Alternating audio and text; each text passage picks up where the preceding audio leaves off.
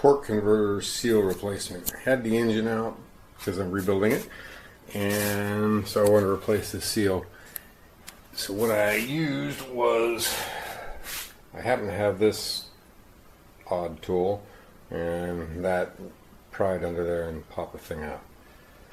To put it back in, I'm going to use this 1.5 inch coupler, which is the perfect diameter for the size of that seal.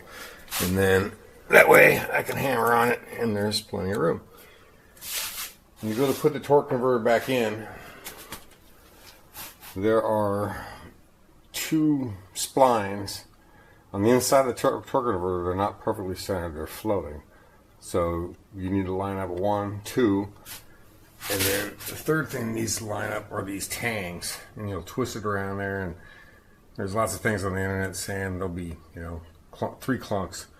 But really what it comes down to verify that you do it correctly, is the measurement between here, and it's in the manual.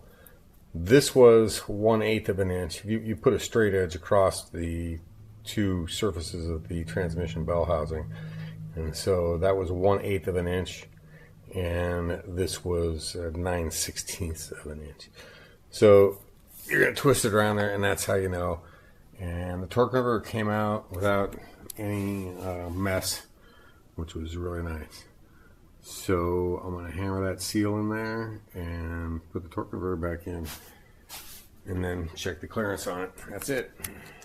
When you put the torque converter bolts back in, there's one bolt that has these little steps on it, and it's a little wider right at the top, and that centers the flex plate on the torque converter. The other ones don't have it. In the manual it says that it's supposed to be black, but they're all the same color. This one here is kind of got a little bit of green to it. That's the special one. But what you're really looking for is a little step down there, and that's the first bolt to stick in. When the torque converter is installed correctly, there's a little bit of play between the flex plate and the torque converter, so it'll move freely like this. Shouldn't be any pressure at all,